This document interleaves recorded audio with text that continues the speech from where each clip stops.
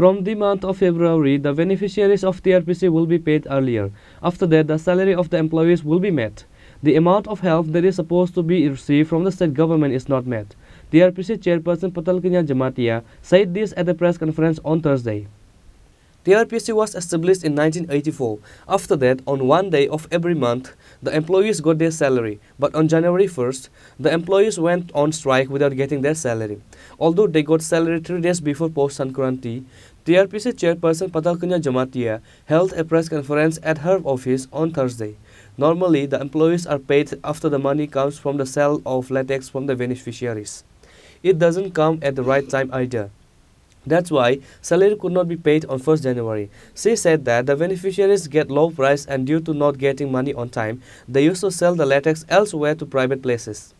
Patal Kanya Jamatia said that she decided to increase the price of latex to the beneficiaries after that. In this, not only TRPC but others also joined with TRPC. She said that it has been decided that the employees will be paid the salaries of the beneficiaries first.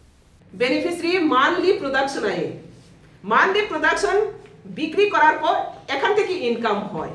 এই income থেকে salary হয় বুঝতে পারছেন তো এটা তো limited না flow এটা তো মান্থলি আছে ইনকাম মান্থলি প্রোডাকশন আছে রাবার সিট বেচছে তারপরে ইনকাম হচ্ছে তারপরে স্যালারি মেকআপ করছে এটা তো এই মাসে হঠাৎ করে আপনার বেতনটা পিছিয়ে গেল এত বিগত 25-30 বছর ধরে বেতন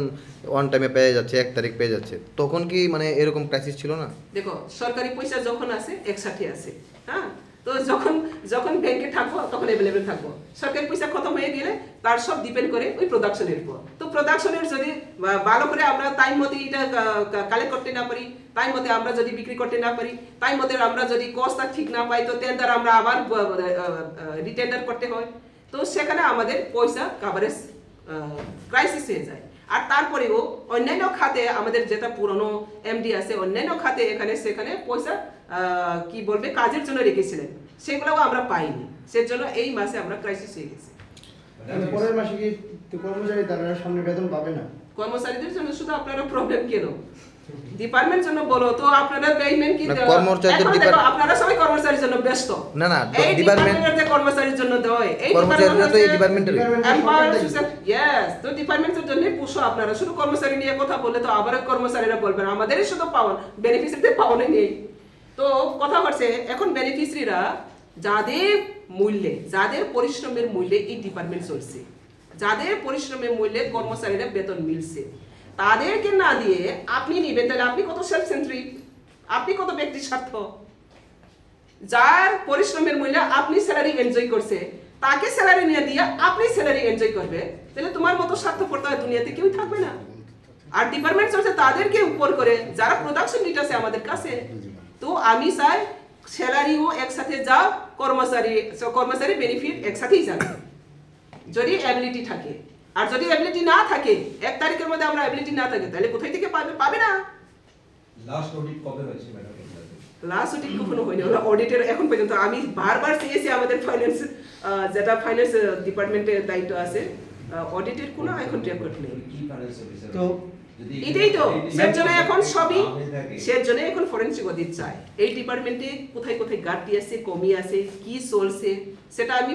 নতুন করে আরো এই ডিপার্টমেন্টকে নতুন করে সাজাতে চাই আর সাজাবো আফটার 2-3 মান্থ কি বাটি দেখো এখন থেকে জিরো থেকে আমি শুরু করছি প্রথমে বলছি জিরো থেকে এখানে কোনো মাইনাস থেকে শুরু করছি জিরো বলবো না আমি মাইনাস থেকে শুরু করছি যেখানে আমাদের দেওয়ান আছে এখানে দিতে পারছি না তার মানে তো মাইনাস এই ডিপার্টমেন্ট আর মাইনাস रेवेन्यूতে আছে 2-3 मंथ की बात ही देखो ये डिपार्टमेंट किस तरह फिर रिवाइव होता है मैडम सुना था कि आपको भी सैलरी नहीं मिल रहा है अब तक ये तो बहुत इंटरेस्टेड बात है मैं तो सैलरी के लिए नहीं बैठा है अभी तक मेरे सैलरी 1 पैसे भी मैं नहीं मांगा अभी तक सैलरी 1 पैसा भी मुझे नहीं लिया ये भी बहुत इंटरेस्टेड बात है मैं बिना सैलरी से अभी भी काम कर रही हूँ मेरा इंटरेस्ट है ऐसा तो नहीं होना चाहिए because you are putting your maximum time here you are supposed to get this ये तो बात है ये सवाल को लेकर कोई भी आगे नहीं बढ़ता है তো আপনি বলছেন মানে গভর্নমেন্ট আপনাকে সহযোগিতা করছে না যে যতটুকু আমাদের প্রয়োজন গভর্নমেন্ট সহায়তা করছে না বলছি না আমি যদি সহযোগিতা না করে তাহলে ওই 33 মান 4 মান তো না পাতো না এটা তো পাইতাছে কিন্তু আমাদের যতটা আমাদের প্রয়োজন ততটা আমাদের কোঅপারেশন মিলছে না আপনিও স্যালারি পাচ্ছেন না তার জন্য আর কি আমার স্যালারিটা আলাদা ব্যাপার এটা হচ্ছে আমার চেয়ারম্যানের স্যালারি আলাদা ব্যাপার কেন না এটা আপনারা সবাই জানে একজন মিনিস্টার অফ স্টেট র্যাঙ্কে আমাকে দেওয়া হচ্ছে মিনিস্টার অফ স্টেট র্যাঙ্কে কিভাবে স্যালারি পাইবো সেটা আমার ক্যাবিনেট জানা নেই তারা স্টাডি করতে করতে সময় শেষ হয়ে গেছে এখনো স্টাডি আছে তারা কিন্তু ইম্পর্টেন্ট মিনিস্টার অফ স্টেটের র্যাঙ্কে তারা কিভাবে স্যালারি হবে তারা হয়তো এখনই নলেজ হচ্ছে না সেজন্য স্টাডি চলছে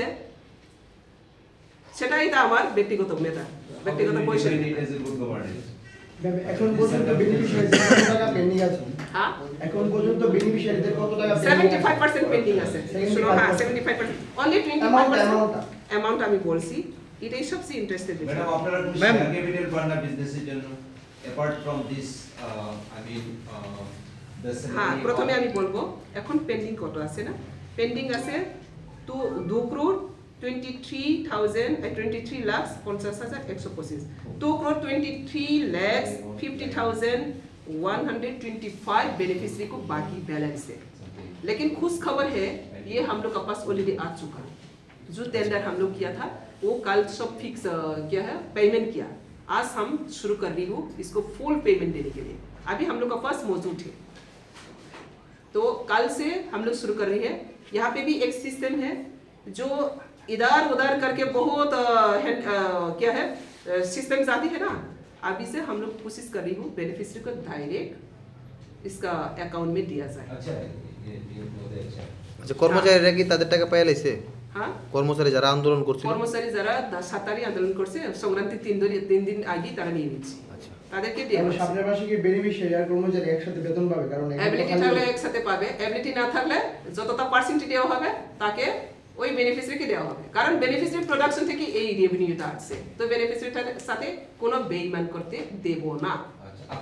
However, the question is whether the financial crisis of TRPC was not there for so many years. If not, then why suddenly such a problem? What is the reason behind this? Although the chairperson of TRPC has claimed that she will take this organization to a better place in the next 2-3 months. Reported by Amir from Agartala, Chini Khoran.